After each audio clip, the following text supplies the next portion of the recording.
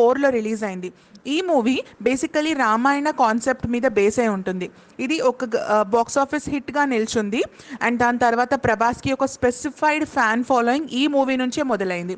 దీంట్లో త్రిష, ప్రకాష్ రాజ్ ఇంకా several actors కూడా యాక్ట్ చేశారు. ప్రభాస్ స్టార్డమ్. ఆ తర్వాత వచ్చే ఇయర్స్లోనే ప్రభాస్కి స్టార్డమ్ మొదలైంది.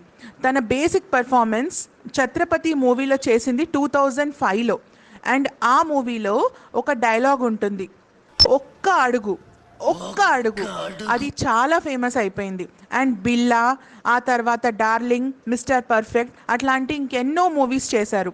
ప్రభాస్ని ఆ తర్వాత ఒక రొమాంటిక్ లీడ్గా, ఒక అర్బన్ హీరోగా కన్సిడర్ చేయడం జనాలు మొదలుపెట్టారు. ప్రభాస్ లైఫ్లో మలుపు వచ్చింది మిర్చి దగ్గర నుంచి. ప్రభాస్ రెప్యుటేషన్ ఒక ఫేమస్ యాక్టర్గా ఈ సౌత్ ఇండియన్ ఫిల్మ్ ఇండస్ట్రీలో ఎస్టాబ్లిష్ అయింది మిర్చి నుంచే. మిర్చిలో తన యూనిక్ పర్ఫార్మెన్స్, అనుష్కతో